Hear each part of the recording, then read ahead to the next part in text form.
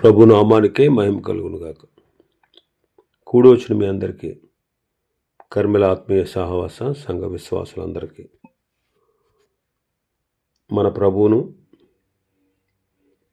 ఆయన ప్రియ కుమారుడునైన యేసుక్రీస్తు వారి శ్రేష్టమైన నామలో శుభములు మరియు అందరికీ వందనాలండి. ఇర్మియా గ్రంథం 44వ అధ్యాయాన్ని మనం ధ్యానం చేసుకుంటున్నాం. ఇర్మియా గ్రంథం 44వ అధ్యాయం. ఇందులో ముఖ్యాంశం ఏంటంటే ఐగుప్తు దేశంలో ఉన్నటువంటి యూదులతో ఇర్మియా పోరాటం. వారికి ఇర్మియా వాక్యోపదేశాన్ని చేశాడు. అయితే వారు తిరుగుబాటు చేశారు. అందువల్ల ఐగుప్తులో ఉన్న యూదులకు శిక్ష తప్పదు అని ఇర్మియా ఈ అధ్యాయంలో బోధించాడు. 6వ వచనం చదువుదాం. 6వ వచనం. కావున నా ఉగ్రతయు నా కోపమును కుమ్మరింపబడి యోధా పట్టణములలోను యెరూషలేము వీధులలోను రగులుకొనెను గనుక నేడున్నట్లుగా అవి పాడై ఎడారి ఆయను. ఇశ్రాయేలీలు దేవుని మాట ఆలకించక అన్య దేవతలకు ధూపార్పణ చేయుచు తమ దుర్మార్గతను విడవక దేవుని మాటకు చెవియొగ్గకపోయారు గనుక దేవుని యొక్క ఉగ్రత కోపము కుమ్మరించబడి అవి పాడై, అంటే యోధా పట్టణాలు, యెరూషలేము వీధులు, యెరూషలేము పాడై ఎడారి అయిపోయినాయి. కారణం వారి యొక్క అవిధేయత.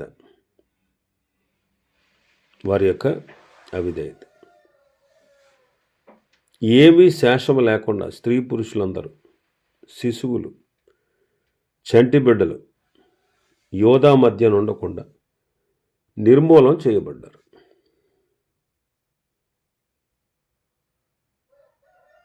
అయితే మరలా వాళ్ళు ఆ గొప్ప తప్పిదాన్నే చేస్తూ వస్తున్నారు. వారికి వారే సమూల నాశనము తెచ్చుకుంటున్నారు. భూమి మీద ఉన్నటువంటి జనములన్నిటిలో వారు దూషణ పాలై తిరస్కరింపబడేటట్లు వారు మరలా అదే తప్పిదాన్ని చేస్తూ ఉన్నారు. 8వ వచనం చదివితే, మీకు మీరే సమూల నాశనము తెచ్చుకున్నట్లును భూమి మీదనున్న జనములన్నిటిలో మీరు దూషణ పాలై తిరస్కరింపబడినట్లును మీరు కాపురముండుటకు పోయిన ఐగుప్తులో అన్య దేవతలకు ధూపార్పణము చేయుదురు. మీరు ఎలాగున చేయుచు మీరేలా మీ చేతి క్రియల చేత నాకు కోపం పుట్టిస్తున్నారు అని ప్రభు అడుగుతున్నారు. వారు యోధా దేశంలోను యెరూషలేము వీధిలో జరిగించిన క్రియలను, అంటే వారి పితరులు చేసినటువంటి చెడుతనాన్ని, యోధా రాజులు చేసిన చెడుతనాన్ని, వారి భార్యలు చేసిన చెడుతనాన్ని, వారి మట్టుకు వారు చేసిన చెడుతనాన్ని, వారి భార్యలు చేసిన చెడుతనాన్ని మీరు మర్చిపోయారా అని అడుగుతున్నాడు ప్రభు. కానీ ఇప్పటి వరకు మీరు దీన మనస్సు ధరింపకున్నారు, భయమునందకున్నారు. నేను మీకును మీ పితరులకును నియమించిన ధర్మశాస్త్రాన్నైనా కట్టడలనైనా అనుసరింపకయే ఉన్నారు అంటారు.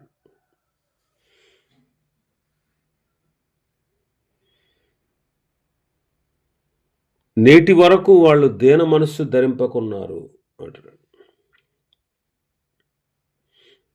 అంటే దైవ భయం వారు పొందకున్నారు. ధర్మశాస్త్రంలో ఉన్నటువంటి కట్టడలను, ఆజ్ఞలను, వాటిని ఏవి కూడా అనుసరింపకై ఉన్నారు. కాబట్టి ఇశ్రాయేలులో ఉన్నటువంటి చెడుతనం మనలో ఉండకూడదు. ఏంటా చెడుతనం అంటే, వారు చేసిన చెడుతనం ఏంటంటే విగ్రహారాధన. విగ్రహారాధన.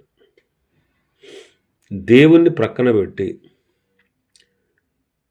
వారిని ఏర్పాటు చేసుకున్న, వారిని సృష్టించిన, ఏర్పాటు చేసుకుని తన జనాంగంగా చేసుకున్న ఒక గొప్ప రాజ్యాన్ని, పాలు తేనెలు ప్రవహించేటువంటి ఉత్తమమైన దేశాన్ని వారికి స్వాస్థ్యముగా ఇచ్చిన, వారి రక్షణకు కారకుడైన దేవుణ్ణి వాళ్ళు విసర్జించారు. అదే చెడుతనం అంటే.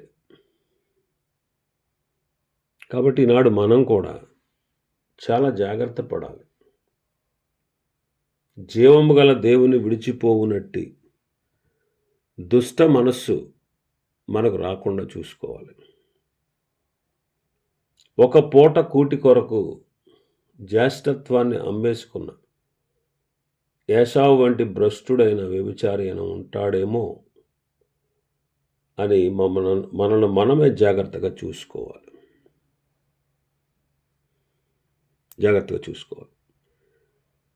కాబట్టి వారు దేవుణ్ణి విడిచిపెట్టి, దేవుణ్ణి ప్రక్కన పెట్టి అన్యులు పూజించేటువంటి దేవతల విగ్రహాలని పూజించడం ప్రారంభించారు.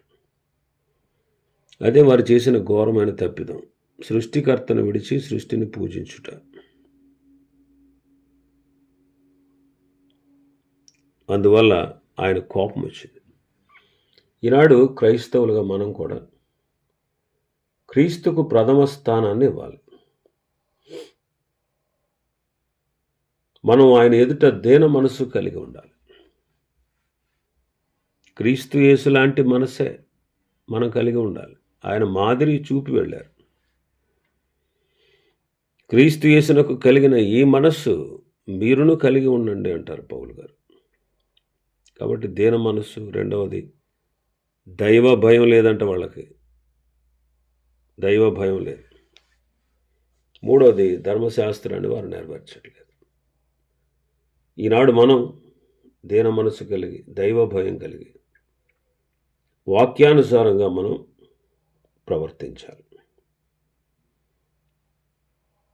కాబట్టి వీళ్ళు ఐగుప్తు దేశానికి వచ్చారు, కానీ వాళ్ళ బుద్ధి మారలే, వాళ్ళ నైజం మారలే, వాళ్ళ చెడుతనాన్ని విడిచిపెట్టలేదు. అసలు వారు చెదరగొట్టబడడానికి, నాశనం చేయబడడానికి, ఆయా దేశాలకు పారిపోవడానికి, ఖడ్గము చేత, క్షామము చేత, తెగులు చేత చావడానికి గల కారణమే అది, విగ్రహారాధన. కానీ దాన్ని వాళ్ళు మరలా కోరుతున్నారు ఐగుప్తులకు వచ్చాక. అందుకే ఆయన ఏమంటున్నారంటే 11-12 వచనాల్లో, కాబట్టి ఇశ్రాయేలు దేవుడును సైన్యములకు అధిపతి యెహోవా ఇలాగ సెలవిచ్చుచున్నాడు, మీకు కీడు చేయనట్లు, అనగా యోధా వారిని అందరినీ నిర్మూలన చేయనట్లు నేను మీకు అభిముఖుడు నగుదును. ఐగుప్తు దేశంలో కాపురం ఉంటామని అక్కడికి వెళ్ళ నిశ్చయించుకొని యోధా శేషులను నేను తోడుకొని పోతాను. వారందరూ ఐగుప్తు దేశంలోనికి వస్తారు, అక్కడే నశించిపోతారు. అల్పులేమి, గనులేమి వారందరూ కూలిపోతారు. ఖడ్గము చేత, క్షామము చేత నశించిపోతారు. వారు చస్తారు, శాపాస్పదముగా, భీతి పుట్టించేవారుగా, దోషణ పాలుగా, తిరస్కారం నొందిన వారుగా ఉంటారు అంటాడు. ఐగుప్తు దేశానికి వెళ్ళి అక్కడ నివసించుదాము అని నిశ్చయించుకున్న ప్రజల్ని ఆయనే ఖచ్చితంగా అక్కడికి రప్పిస్తాడు. వారందరూ అక్కడ నశిస్తారు. అల్పులు, గనులు కూలిపోతారు. ఖడ్గము, క్షామము చేత నశిస్తారు. శాపాస్పదముగా, భీతి పుట్టించేవారుగా, దోషణ పాలుగా, తిరస్కారం నొందిన వారుగా ఉంటారు. కాబట్టి ఈ లోకముతో మనకు స్నేహం వద్దు. ఈ లోకముతో మనం స్నేహం చేస్తే దేవునికి శత్రువులం అవుతాం. అంటే లోకంతో స్నేహం చేయడం అంటే, లోకస్తులు ఎలాగైతే విగ్రహ పూజల్లో, దేవత పూజల్లో మునిగి దేవుని మరిచి సృష్టికర్తకు బదులుగా సృష్టిని పూజిస్తూ వస్తున్నారో, అటువంటి కార్యక్రమాల్లో మనం ఎన్నటికీ పాలు పొందకూడదు. అది విగ్రహ సంబంధమైన, దేవతా సంబంధమైన అపవిత్ర ప్రవర్తనకు మనం ఏమాత్రం చోటు ఇవ్వకూడదు. అందుకే విగ్రహముల జోలికి పోకండి, విగ్రహారాధనకు దూరంగా పారిపోండి అని ప్రభు సెలవిస్తున్నాడు. కాబట్టి వారు దేవుణ్ణి విడిచిపెట్టేశారు. అది అసలు వారి జీవనాధారం ఎవరు? ఆయనే కదా. వారిని రక్షించింది ఎవరు? ఆయనే కదా. కాబట్టి ప్రభువుకి రోషం పుట్టిస్తాం విగ్రహారాధన చేస్తే, ఆయనకు కోపం పుట్టిస్తాం విగ్రహారాధన చేస్తే. కాబట్టి విగ్రహారాధనకు మనం ఏమాత్రం ఏకీభవించకూడదు. అలాగని విగ్రహారాధన చేసేవాళ్ళని ద్వేషించమనా? కాదు, వాళ్ళని ప్రేమించాలి. మనం ప్రేమించి వాళ్ళ మనస్సు నొచ్చుకోకుండా వారికి కూడా ఈ సత్యాన్ని తెలియపరచాలి. మరి ముఖ్యంగా వారి మధ్య మన యొక్క ప్రవర్తన, సాక్ష్యం వారిని ప్రభావితం చేసేటట్లుగా మనం క్రీస్తు బిడ్డలమని రుజువు చేసుకోవాలి. కాబట్టి ఇశ్రాయేలు జనాంగం యెరూషలేములో దేవుని శిక్ష తప్పించుకోవడానికి ఐగుప్తుకు వెళ్ళారు. మరి ఐగుప్తుల వాళ్ళ పరిస్థితి ఏంటి? మరి వాళ్ళ బుద్ధి ఏమైనా మారిందా? వాళ్ళు ఎందుకు ఎంత శ్రమల పాలయ్యారు? ఎందుకు ఎంత ఖడ్గం పాలయ్యారు? ఎందుకు కరువు పాలయ్యారు? ఎందుకు హత్య గావించబడ్డారు? ఎందుకు వాళ్ళ దేశం పాడైపోయిందో ఆ విషయాన్ని వారు గుర్తించలేదు. ఇప్పుడు యోధా దేశంలో యెరూషలేములో తర్వాత కాలంలో మనం వెళ్ళి యెరూషలేములో బ్రతకాలని ప్రస్తుతం ఐగుప్తులో దాక్కున్నారు. మరి ఆయన దృష్టికి దాగగలరా వాళ్ళు? అయితే వాళ్ళేమంటున్నారు? ఇలా చెప్పినా కానీ చూడండి ఏం చెప్పాడు, యెరూషలేము నివాసులారా, నేను ఎలాగూ శిక్షించితనో అలాగే ఐగుప్తు దేశంలో నివసించు వీరిని కూడా ఖడ్గము చేత, క్షామము చేత, తెగులు చేత శిక్షించేదను. కావున తాము మరలి వచ్చి యోధా దేశంలో కాపురం ఉండవలనని ఉన్నటువంటి మక్కువ చేత ఐగుప్తులు ఆగుట్టుగా అక్కడికి వెళ్ళి యోధావారిలో శేషం ఎవరిని తప్పించుకోరు. శేషమేమి ఉండదు, పారిపోవారు గాక మరి ఎవరును తిరిగి రారు. కాబట్టి మీరు ఇక్కడి నుంచి తప్పించుకోలేరు, ఇక్కడే చనిపోతారు. మీరు చేసే హేయక్రియలు విడిచిపెట్టండి అని భక్తుడు హెచ్చరించాడు. అప్పుడు వాళ్ళేమంటున్నారు? 15-16 వచనాల్లో, అప్పుడు తమ భార్యలు అన్య దేవతలకు ధూపవేదురని ఎరిగి ఉన్న పురుషులందరూ, అక్కడ నిలిచి ఉన్న స్త్రీలు, మహాసమాజముగా కూడిన వారును, ఐగుప్తు దేశమందలి పత్రోసులో కాపురముండు జనులందరూ యిర్మీయాకు ఇలాగ ప్రత్యుత్తరం ఇచ్చారు. ఏమని చెప్పారు వాళ్ళు? యెహోవా నామమును బట్టి నీవు మాకు ప్రకటించి మాటలు మేము అంగీకరించము, దేవుని మాట మేము వినము. 17వ వచనం, మేము మీతో చెప్పిన సంగతులన్నిటిని నిశ్చయముగా నెరవేర్చబోతున్నాం. నీతో చెప్పాం కదా, ఆకాశానికి ధూపం వేస్తాం, ఇక్కడ ఉన్నటువంటి దేవతలను విగ్రహాలను పూజిస్తామని చెప్పాం కదా, నిశ్చయముగా మేము చేయబోతున్నాం. మేము, మా పితరులు, మా రాజులు, మా అధిపతులు యోధా పట్టణంలో యెరూషలేము వీధుల్లో చేసినట్టే ఆకాశరాణికి ధూపం వేస్తాం, ఆమెకు పానార్పణ అర్పిస్తాం. మేము అలా చేసినప్పుడు మాకు ఆహారం సమృద్ధిగా దొరికేది, మేము క్షేమంగా ఉన్నాం. అప్పుడు ఏ కీడు మాకు కలగలేదు. మేము ఆమెడికి ఎప్పుడైతే మానేసామో అర్పించకుండా, అప్పుడు మాకు సమస్తం తక్కువైపోయింది. మేము ఖడ్గం చేత, క్షామం చేత క్షీణిస్తున్నాం. మేము ఆమెకు ధూపం వేయినప్పుడు, ఆమె పానార్పణ అర్పించినప్పుడు మా పురుషులు చెప్పకుండానే మేము చేసామనుకుంటున్నావా? వాళ్ళు చెప్పకుండానే మేము పిండి వంటలన్నీ తయారు చేసుకుంటున్నామా? వాళ్ళు చెప్పిన దాన్ని బట్టి కదా మేము చేస్తున్నామని స్త్రీలు మాట్లాడుతున్నారు. చూడండి ఇక్కడ ఎంత భయంకరమైనటువంటి దుస్థితి. అసలు వాళ్ళు ఖడ్గము పోలవడానికి, శ్రమల పోలవడానికి, చెదరగొట్టబడడానికి, కరువు చేత పీడించబడడానికి కారణమే వాళ్ళు చేసిన విగ్రహారాధన. దానికి శిక్షగా దేవుడు వారికి శిక్ష విధిస్తే వీళ్ళేమంటున్నారు? మేము యెరూషలేములో చేసినట్టే ఇప్పుడు కూడా చేస్తాము, మా పురుషులు చెప్పినట్టు మేము చేస్తాం. మా సొంతంగా ఏమేం చేయట్లేదు, మేము మా పురుషులు చెప్పారు మేము చేస్తున్నాం. అక్కడ చేసినట్టే ఇక్కడ కూడా చేస్తాం. మరి అక్కడ అలా చేస్తూ ఉన్నప్పుడు మా పరిస్థితి బాగుంది. అసలు యాక్చువల్గా ఆలోచన చేయండి, వాళ్ళకి క్షేమాన్ని, నెమ్మదిని ఇచ్చేవాడు ఎవరు? దేవుడే.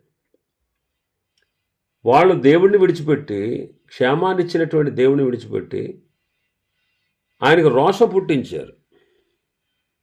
ఆయన ఇచ్చిన క్షేమాన్ని ఇవన్నీ ఇచ్చాయి అనుకుంటున్నారు వాళ్ళు. వాళ్ళ క్షేమంగా ఉన్న స్థితిని దేవుడు కలగజేస్తే వాళ్ళు పూజించేటువంటి వారు ఇచ్చారు అని చెప్పి వాళ్ళు భ్రమపడుతున్నారు. వాళ్ళు అలా చేసినందువల్లే దేవుడు వారిని శిక్షించాడు. ఆ విషయం వాళ్ళు గుర్తించట్లేదు.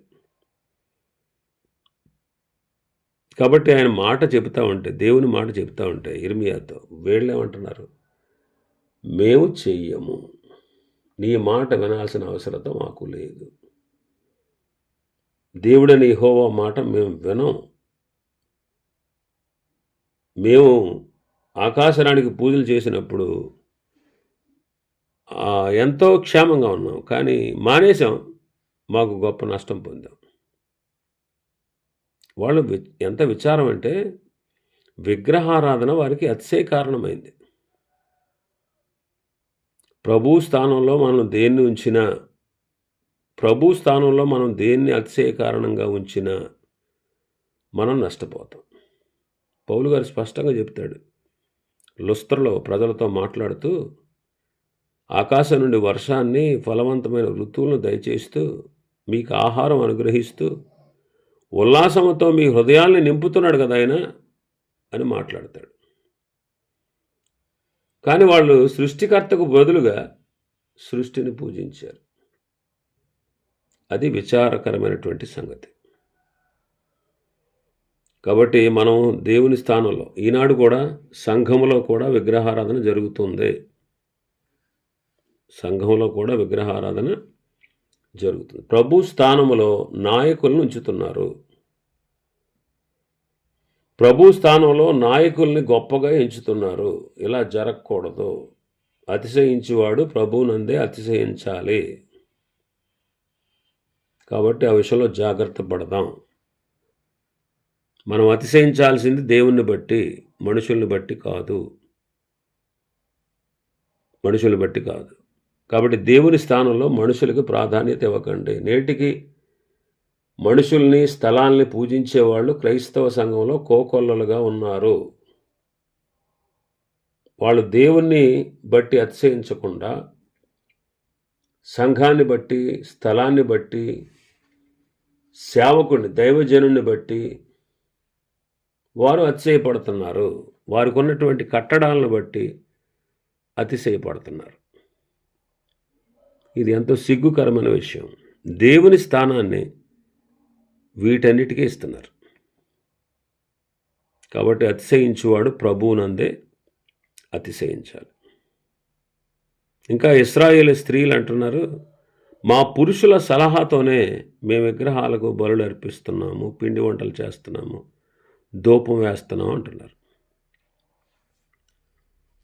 కాబట్టి స్త్రీ ఆధిక్యత కనబడుతుంది ఇక్కడ. స్త్రీ ఆధిక్యత. కాబట్టి గమనించండి, స్త్రీ బలహీనమైన ఘటం. కాబట్టి దైవ కార్యాల్లో స్త్రీల ప్రాధాన్యత ఉండకూడదు. దైవ కార్యాలు అంటే సంఘానికి, సమాజానికి, సువార్తకు ఆటంకాలు కలిగించేటువంటి స్త్రీల మాటలు ఉండకూడదు. కొన్నిసార్లు స్త్రీలు ఆటంకాలు కలిగిస్తూ ఉంటారు. దేవుని పనికి ఎప్పటికీ మనం ఆటంకాలు కలిగించకూడదు. దేవుని పనికి. కాబట్టి మనం ఎలా ఉన్నాం ఆ విషయాన్ని మనం గ్రహించుకోవాలి. ఎందుకంటే దేవుని కార్యం, ఆయన సువార్త ప్రకటన ముందుకు కొనసాగాలంతే. సంఘం క్షేమాభివృద్ధి చెందాలి. కాబట్టి దేవుడు ఏర్పరచుకున్నటువంటి ఆయన యొక్క భక్తుల ద్వారా ఈ సంఘ స్థాపన, సంఘ విస్తరణ జరగాలి.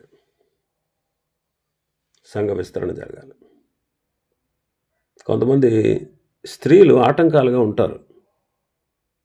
సేవ విషయంలో, మందిరం విషయంలో, సంఘం విషయంలో మనం ఎప్పటికీ అలా ఉండకూడదు. సంఘాన్ని పాడు చేయకూడదండి. సంఘాన్ని మనం వృద్ధి చేయాలి, అనేకుల్ని కట్టాలి, అనేకుల్ని చేర్చాలి, అనేకుల్ని ప్రభు యొద్దకు నడిపించాలి. సంఘం వృద్ధి అవ్వకుండా మనం ఎప్పటికీ ఆటంకంగా ఉండకూడదు. కాబట్టి ఇశ్రాయేలు యొక్క పాపమే ఇశ్రాయేలు దేశానికి శాపంగా మారింది. వారి పాపం వారికి శాపమైంది. ఎందుకంటే మనం దేవునికి భయపడేవారుగా ఉండాలి. ఎందుకంటే ఆయన దహించు అగ్ని, ఆయన రోషము గలవాడు. ఆయనకు చెందవలసిన మహిమను విగ్రహాలకు చెందనివాడు. కాబట్టి క్రైస్తవులు విగ్రహారాధన విషయంలో చాలా జాగ్రత్తగా ఉండాలి, దూరంగా ఉండాలి. విగ్రహారాధన చేయకూడదు. రహస్యంగా గృహాల్లో విగ్రహాలని నిలుపుకోకూడదు. రహస్యంగా పూజించకూడదు. ఆదివారం మందిరం, మిగతా టైంలో విగ్రహ పూజలతో మనం ఉండకూడదు. ఇది చాలా డేంజర్ అండి. దేవునికి మనం రోషం పుట్టించినట్టు.